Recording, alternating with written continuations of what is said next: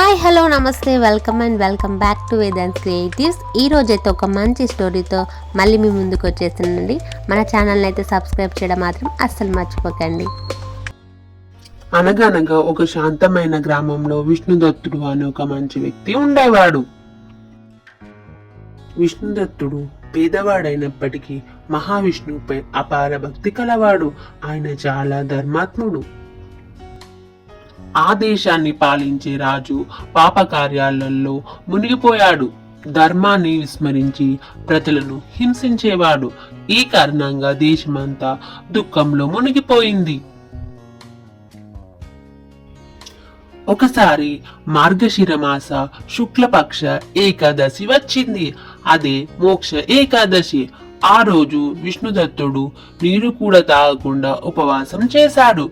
పూర్తి మనసుతో మహావిష్ణువును ప్రార్థించాడు.